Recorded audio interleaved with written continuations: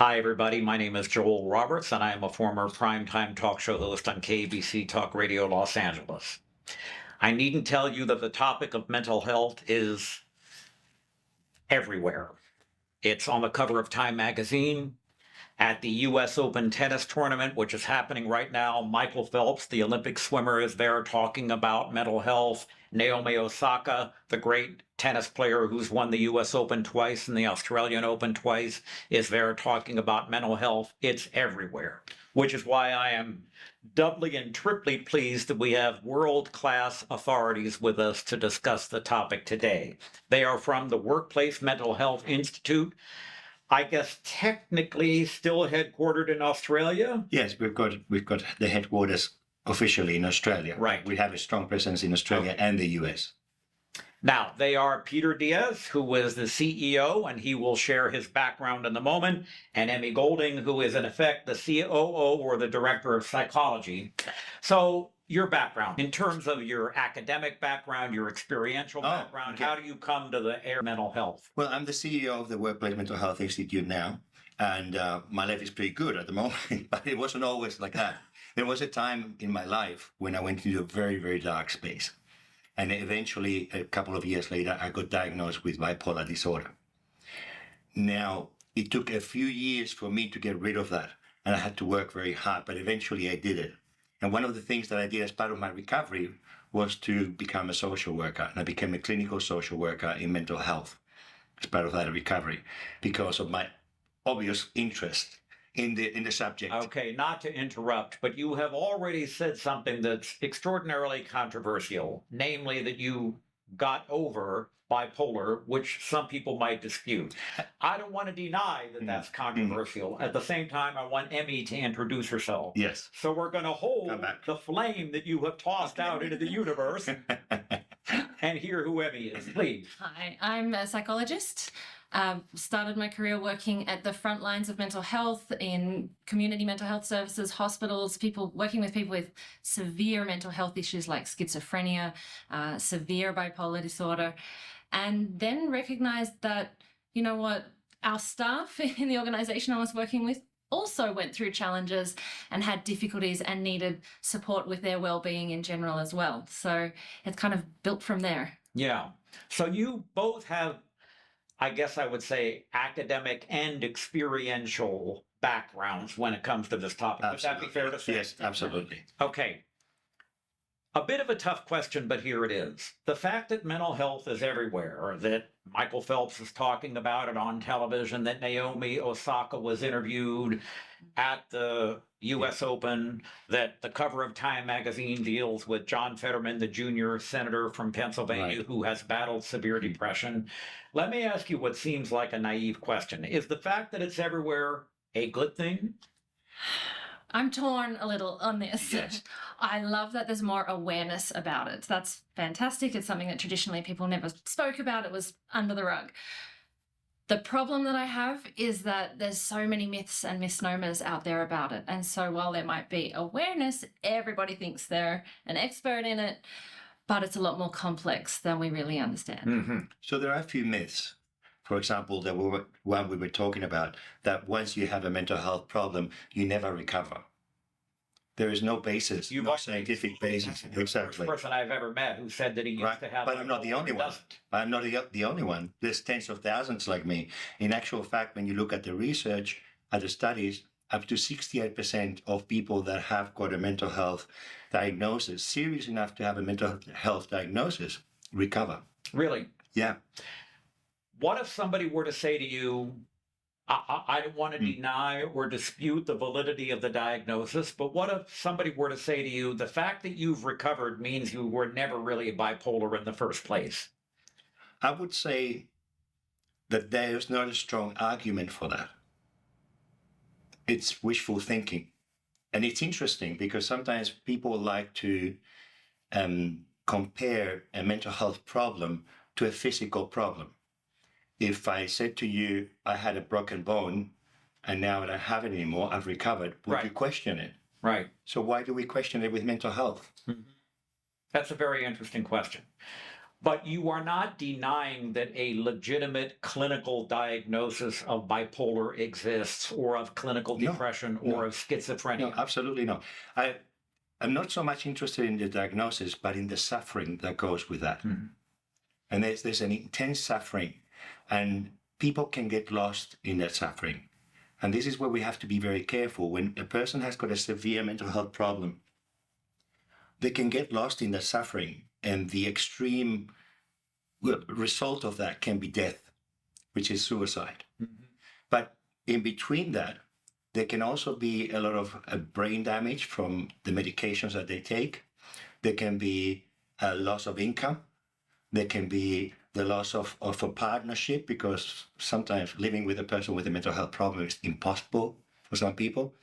There can be the loss of the impact on the children when their parents have got a mental health issue. Can you imagine how confusing that is for a child? Absolutely. Absolutely. So what we do is it's vital for our society, because it impacts the community. It helps communities thrive. When mental health is approached properly, Mm-hmm. from a strength perspective, from a recovery perspective, then we see that communities, workplaces, they start thriving, morale improves, resiliency improves.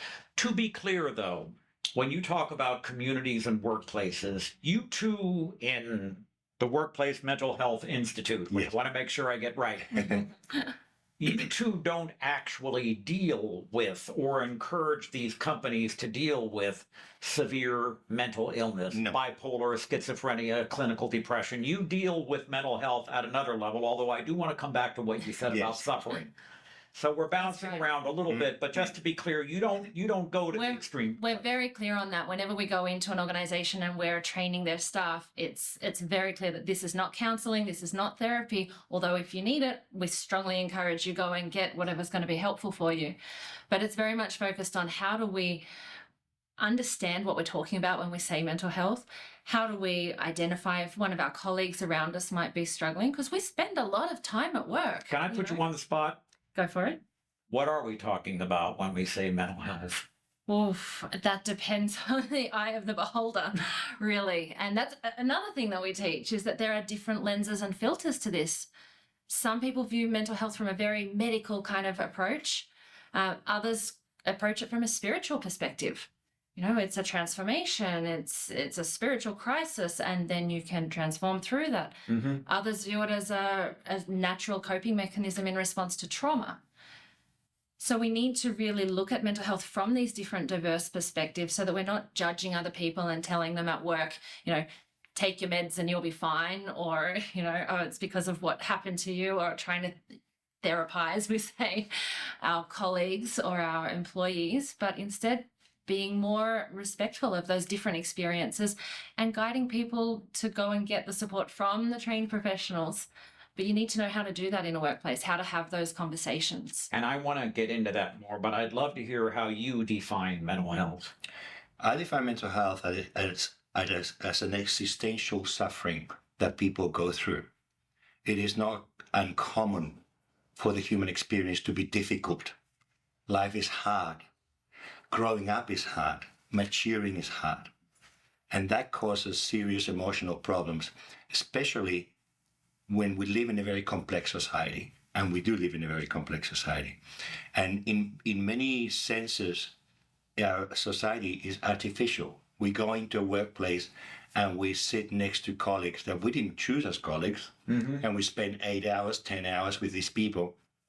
And then sometimes we have a boss that we don't really understand and hasn't got a relationship with us. Mm-hmm. And we don't know whether we like them or not, or they like us. Mm-hmm. So there's that uncertainty as well. And that can cause a lot of emotional problems. For me, mental health is about the suffering that goes with being human at an extreme level. But we play, at the WMHI, we work in the space between what is a normal person to up to the point of a severe mental health issue. That's where we recommend to people, now it's time to leave it up to the experts. Mm-hmm. But in workplaces, we teach people how to avoid a mental health issue. The techniques that you need in order to to travel through this difficult life. And then that produces the resiliency that we need. And then if there are any other mental health issues in the workplace, how do we manage them as long as they're not severe? You just said a couple of things that really, really intrigued me. Actually, everything both of you have said. But two words. Well, one word. It's an existential issue. I want to know what you mean by that. And also, if I may throw a little bit of a monkey wrench into this otherwise tranquil exchange. Yeah. You come from a profoundly religious background, don't you? I do. Is there a connection between what eventually happened with you at a level of mental health and that religious background? And then just to throw a monkey wrench on top of the monkey wrench. Okay, I'm going to try to explain it simply, what is actually a very complex subject. I was going to throw my second wrench first. Oh, there's two wrenches. There are two wrenches. Ready? Okay. The first is I want to know the connection between your religious background and where you ended up mentally. Right. The second is I kind of want to tease something that needs to come up in the conversation. There's a lot of literature these days about the so-called de-churching of America, the increased secularization of America, the turning away from faith just generally across the board. I, as a Jew, frankly find the term de-churching a little chauvinistic, but okay, we'll let it be. It's like, hello, there are non-Christians out there, but okay. So on the one hand, I'm inviting you to comment on the religious background that you come from and how it played into it. On the other hand, I'm inviting either of you to comment on whether in a religious perspective or in the community affiliation that we get from churches, there is in fact something that will contribute sense of community to people's mental health. Yeah.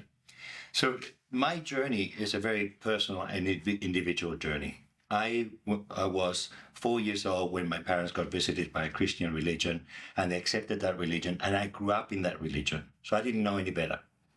But what I found out later, many years later of suffering and turmoil, is that even though I am a person of faith, I do believe in God, and I move by faith. To this day. To this day. But I'm not a religious person. I don't sit well with rules and structures. Mm-hmm. That's not me. Mm-hmm. And that was part of my distress, not knowing that this was me. The proverbial trying to fit the square peg into the round hole. Absolutely. That was my issue. Mm-hmm. But I didn't know that. So because of my strong faith, I couldn't really look into myself and say, hey, maybe you just don't belong in this religion. So what the mind does, it tricks you and it pushes you into anxiety, it pushes you into a severe depression, and it helps you collapse. So you start cocooning. That was my experience. That was your experience. You know what? A new understanding of a word has just come to me, and I want to check it out with both of you. Correct me if I'm wrong, but you kind of had a bipolar existence, didn't you? Yeah, I did. You had the role that you were supposed to play, the family and culture that you were supposed to fit into. Mm. And over here is the real human being, Peter Diaz, later known as Peter Diaz. Okay? But am I right that there was a sort of a bipolarity to your existence? Absolutely. And this was my issue. I had ticked all the boxes and I was good at it. I was an elder in the congregation. I was good. And yet I was not happy because I wasn't living my real life as such. And of course, as part of my journey, I thought, well, this is it. Religion is done. So does that mean I don't believe in God? And for a few years, I was like, well, God doesn't like me because I've led my religion. Obviously, he can't like me. But I still believe in him. I still feel a connection. I still feel his guiding hand. So to the other stuff that we were talking about, I believe that religion has got a very important role in society. Religion can hold society together.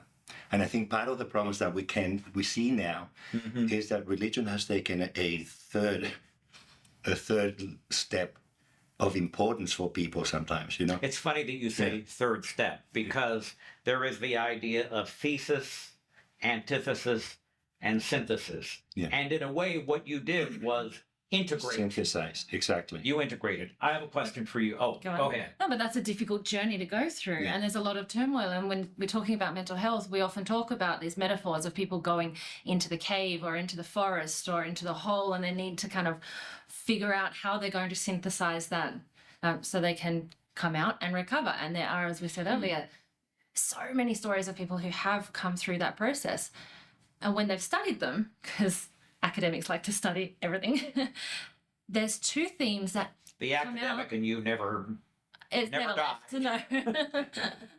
They find these two themes that keep coming out in people's stories, concepts of spirituality. The other one is sexuality, that none of the professionals ever want to talk about because it's kind of taboo and we don't want to go there. We just want to focus on that medical kind of approach, but it's so important for so many people. So it has to be a kind of conversation on the table to be had. Having said And that, I I- just want to make a side note.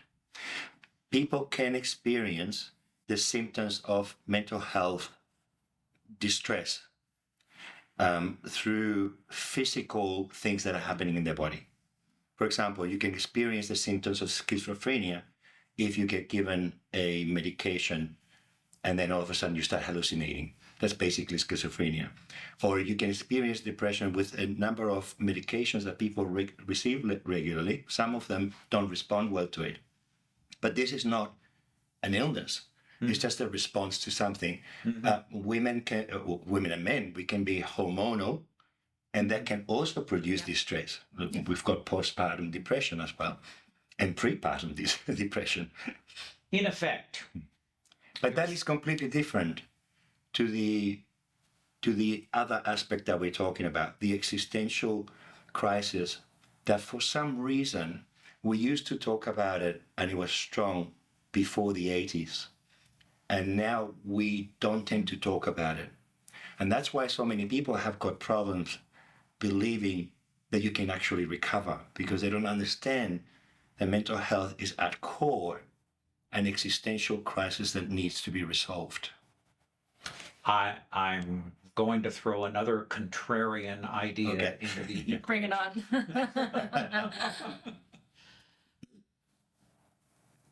I'm just going to kind of flag this for future reference. Then I want to bring up an adjunct idea.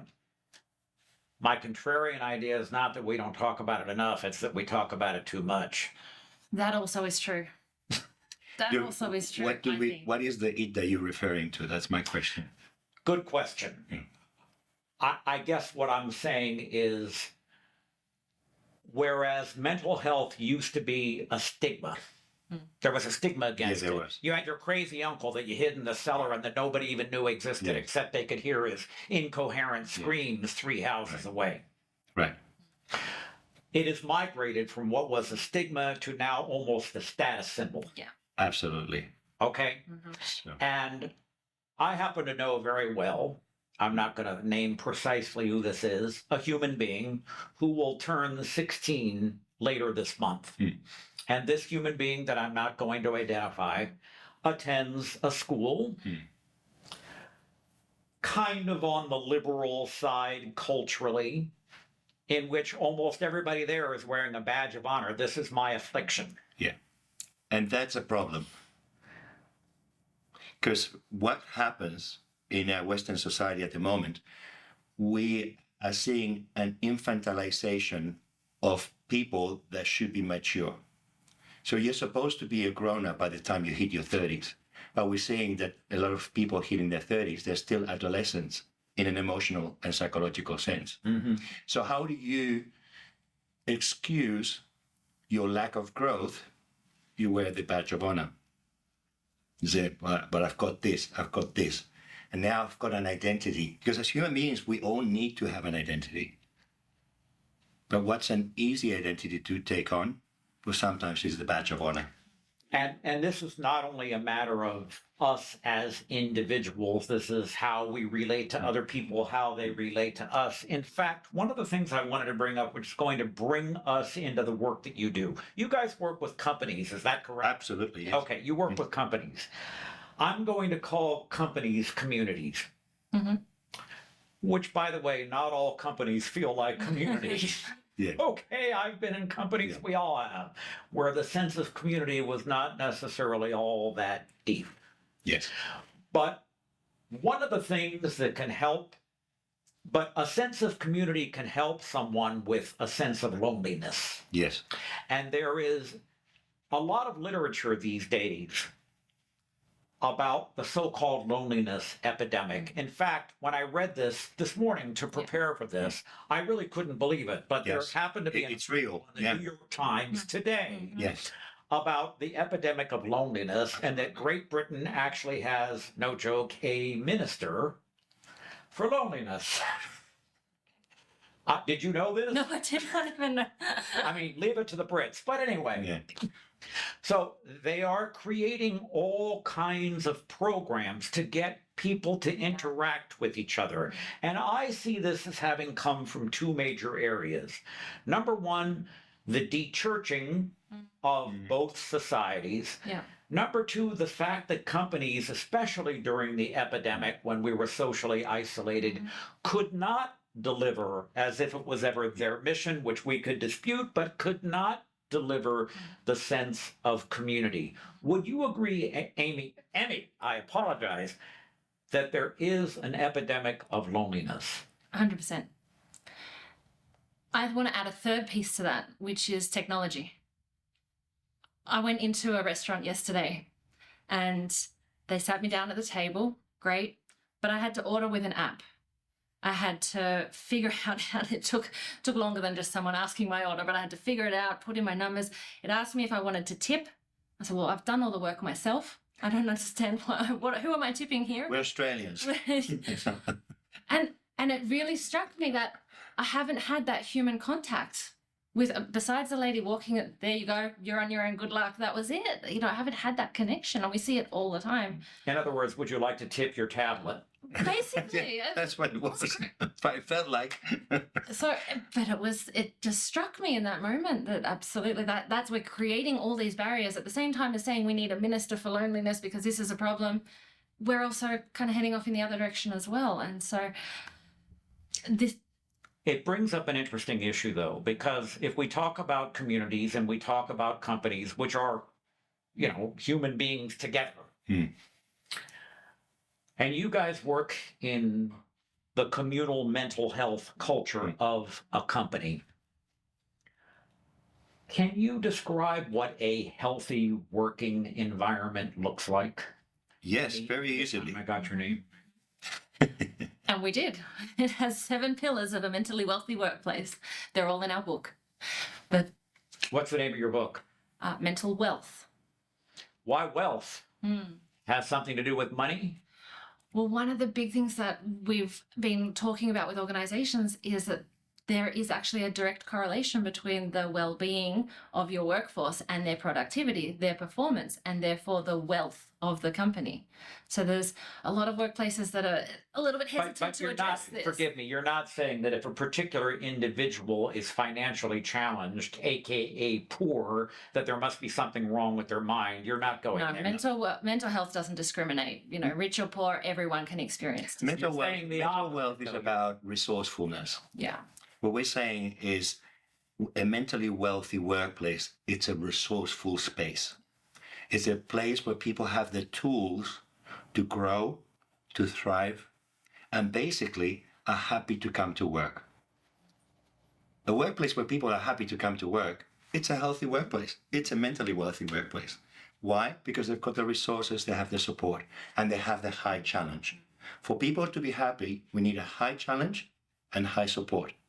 So that's what mental wealth is, the high support needed to support that high challenge. And that's important because a lot of leaders think that if you start talking about mental health in your workplace, everyone's going to take the day off, everyone's going to put tools down, and it's going to be all this touchy-feely soft stuff, which, you know, yes, we want to support people, but you're actually going to get better results. It's not showing up on your profit and loss statement right now just how much is being lost when people are in distress.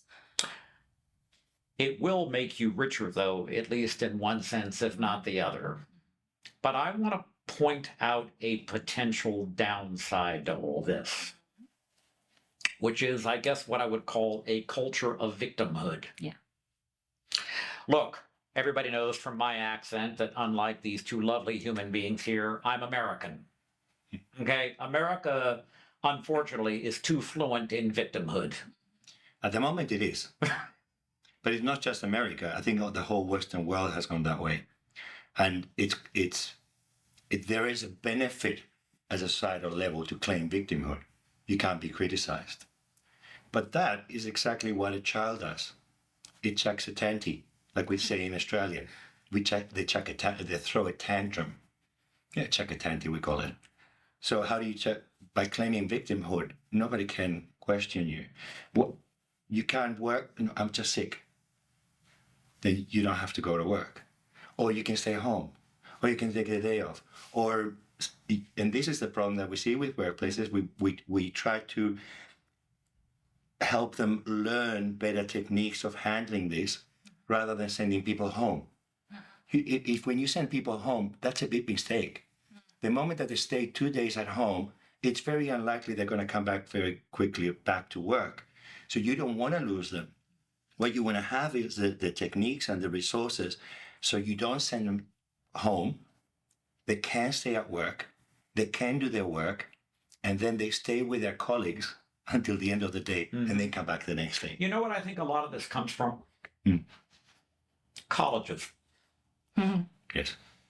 The cultures of colleges, certainly in the United States, but also around the world, where they have trigger warnings if you're going to read a book that might contain something that would upset you. Yeah. Or people will think I'm kidding. I'm not kidding. There are colleges in the United States of America where they have safe spaces where literally 20-year-olds who are in their sophomore year of college can go in, sit on a cushion, and hug a teddy bear. I don't think I had that in elementary school. Okay, so I think that this culture you're talking about of people invoking sickness too frivolously, too lightly in the corporate space actually starts before that. Yeah. I don't know. The education system is meant to prepare you for the world. That's my understanding. That's what I was always taught. And the world is not a safe space. You know, so if we're trying to bubble wrap everybody, but then you don't get to experience the world. What happens when there isn't a safe space to go to? We're not prepared. And I think it even starts earlier than colleges. I mean, my son's 9 and he's come home and said, oh, we've learned about mental health. And I think, oh my goodness, what have they said? Because I know his teachers, well-meaning as they are, they're not professionals in the area. So I question him, what did they say? But we're talking about this so early without the full understanding, and it's not building the resilience. It's not preparing people to face the challenges that we all are going to face. Yes, we can all experience mental distress from time to time. That's normal. It's okay.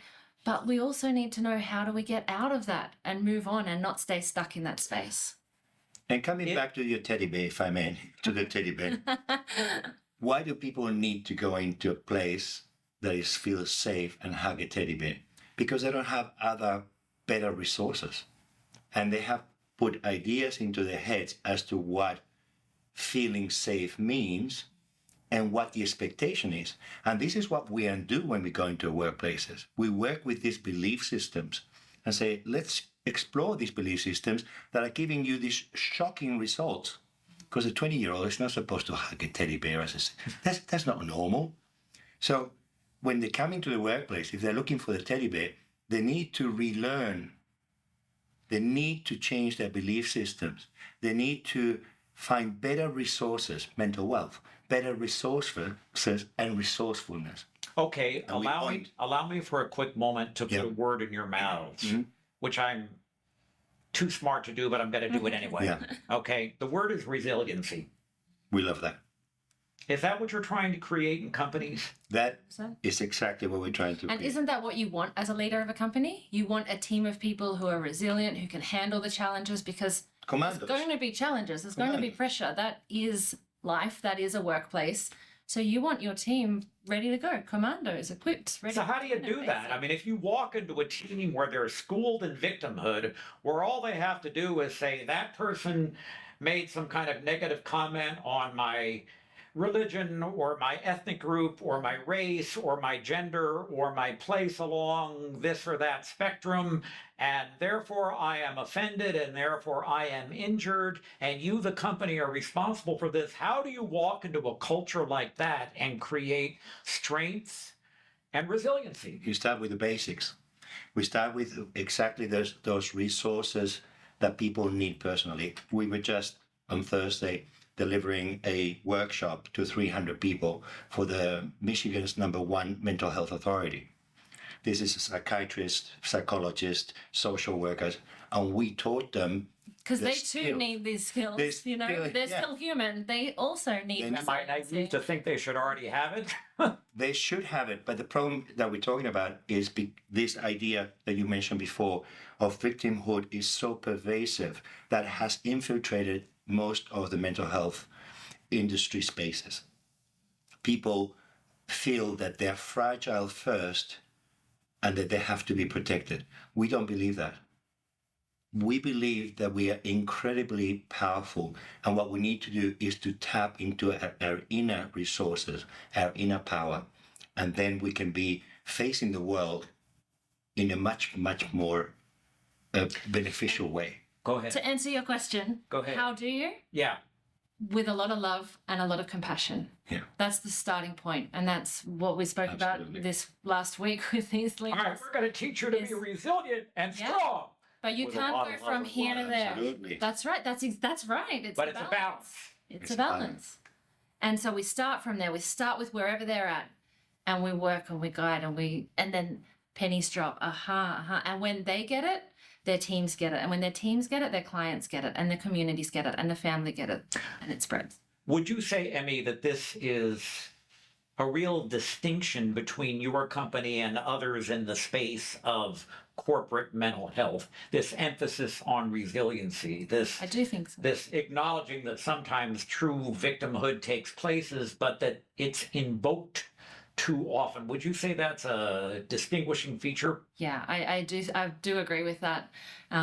Evidenced by, unfortunately, we do sometimes get the call when people have done some mental health training, they've done some well-being activities in the past, and it hasn't gotten them the results that they've wanted. In fact, it can go the other way, and it can make things worse, to be honest. So it's really important that in this space it's done right. And they call us and say, we're hesitant, but we know we still need to address this. Can you come in and help us move forward towards that space? And I remember once, Joel, doing a course, which is a very popular course. I'm not going to mention it here. And I went for 3 days. And after the course in mental health, I was depressed for 2 weeks. They taught me how to be depressed. It was so negative. We don't do that. We teach people how to be joyful, how to be happy, how to be resourceful, how to be resilient. We don't want them to go upset home and depressed and more anxiety. But a moment ago, your wife and partner said the world is not a safe place, which I happen to agree with. It is not. And now you're saying people need to wake up joyful and resilient. Yes. Okay, so how do we strike that balance? I mean, prudence, understanding that the world is not a safe place and may not have been designed strictly to make you feel completely comfortable in life. At the same time, Well, that's an joy interesting- and resilience, yes. That's an interesting belief. The belief that if society is sad and upset and suffering, I have to be too. That doesn't follow. I can be really, really happy in a very unjust and horrible society. And that can be the change that we need in the world. And this is what we talk about. You know, when we help one person become resilient, that person, it doesn't stay with that person. It goes to their family, it goes to their co-workers, it goes to their community. And that's how you change the world. Do you think all this is exaggerated by the media? I can give you an example. I wasn't planning on going here, but why not? Why not?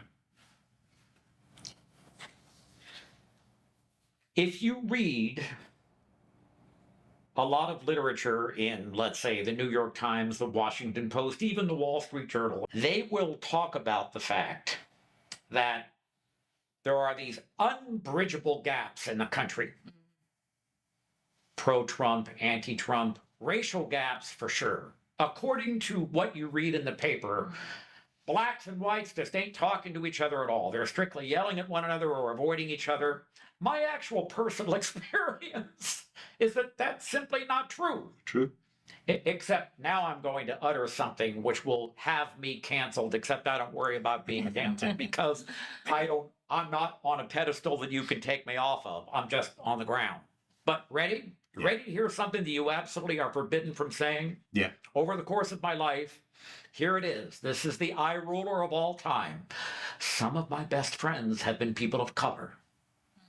Okay, in America, you can't say that without, oh, God, he's virtue signaling. Yeah. He's performative, whatever. So you read the literature in the papers and you think, we're all at each other's throats. Except in my neighborhood, I walk my dog with these arch Republicans who are pro-Trump, which I happen not to be, or with people of a different race, and we're all just fine. What we say to people in this situation is stop reading the papers. No, it's serious. Seriously. Yep. Seriously. It's not representative of the world out there. No. It's not. It's not.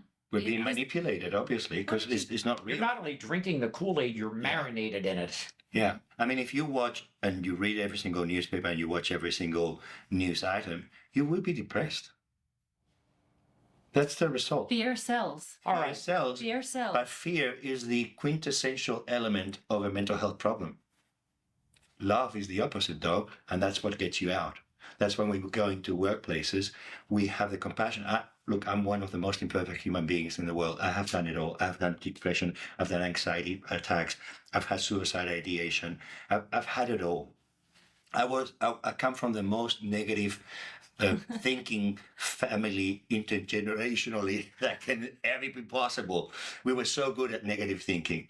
So I had to relearn this technique. So I have complete compassion and love for people, even though I don't know them, because I understand how horrible and that suffering is, and how isolating and lonely, it's very lonely. Even if you're not lonely, it can separate you from your friends, it can separate you from your family. So my whole life is dedicated to putting a stop to that, to helping people get out of that hole. Why can I help them get out of the hole? It's because I was in it and I climbed myself out of it. So I know the techniques. Plus, I've got the academic background to also understand it. Mm-hmm. So that combo, Yeah. together with Emi And our team. and our team. That And we're very selective with our team. No, we're not American, but we've got an American team here, which are workplace mental health specialists that are cherry-picked by us to make sure that they have the right approach to mental health. It's about what you focus on. Yes. Potential objections to working with you. Number one, what if somebody says, you are opening Pandora's box, okay? It's not our job to take care of the mental health of every single individual here. Thank you, but no. I would say that, yes, potentially a mental health course could open Pandora's box in a workplace, but not ours. Ours don't do that because we come from a strength perspective. We don't come from a victim perspective. So when you come from a strength perspective, what you're doing is making people more resilient, not opening Pandora's box. You were jumping to say something. Oh, I was going to say, in a workplace, too late. Pandora's box is already open. It's here. You got to deal with it. And you want it dealt with properly, like Peter said. Exactly. Are you going to You want make my people- employees weak? That's Absolutely the not. opposite of what we're trying to do. That's the opposite of what we do. We're building strength, we're building resilience. Stronger, more powerful employees get better results for you. And by the way, we do it in the course itself. People During the become course, resilient right people there and then? Right there and then. Right there and then. Because they go through the psychological tools that we use to make people resilient. Tools, so you're not just talking about awareness? No. We need more than awareness. So to be aware, what then? Now we're What do I aware. do? We're talking about it. We're aware. What do I say? This is what people need. In other words, to quote one of my favorite lines from the movie Taken, you're going to offer them a very particular set of skills. That's exactly right. That's exactly right. What about the cost of doing this? Joel, what people don't understand is what is the cost of not doing this? We know. We do know. They've found that for every person with depression, it's costing $10,000. In a workplace of 100 people, you're going to have, statistically speaking, 6 people with depression. We're up to 60,000. A course costs a lot less than that. Abraham Maslow, the psychologist Abraham Maslow, did something not only innovative, but like revolutionary, man, as we would say in California. He studied healthy people. Freud, others studied sick people and labeled the sickness. Maslow went, I want to look at people who are doing really well in life. Yes. And find out what we need to learn from. And he came up with this, I believe, hierarchy of needs is his phrase. Viktor Frankl, who survived Auschwitz and other concentration camps, wrote Man's Search for Meaning. Yes. They may disagree on certain things, but I think they would both agree on it's a matter of what you focus on, which is not you're in denial, but what do you bring first and foremost to your attention? Absolutely. Agreed? I think they had it right. They had it. Yes. So do you change a corporation's focus and the focus of the leaders and the staff? That's exactly what we do. We teach them how to make better meanings. We have the tools, the psychological tools that guide people 1, 2, 3, 4. And we just did some of these exercises 2 days ago with these 300 people from the Mental Health Authority. And it was amazing how many people came back and said, I can't believe that just by changing the meaning, I can change the result and I have solutions to my problems. That's the kind of workforce you want, not the workforce that needs a teddy bear. And to conclude, that's what you mean by mental wealth. Wealth being access to resources, correct? Yes, absolutely. That's what wealth is, access to a lot of resources. Yes, but we're not talking about huge amounts of money either. We're talking about personal resources and systemic resources. Understood. Yeah. All right. For bringing your personal resources to this wonderful conversation, I truly have to thank you both. Thank you, Joel. Thank you, Joel. Thank you both. It's a pleasure. I'm Joel Roberts. I hope you've enjoyed our exchange. Until next time.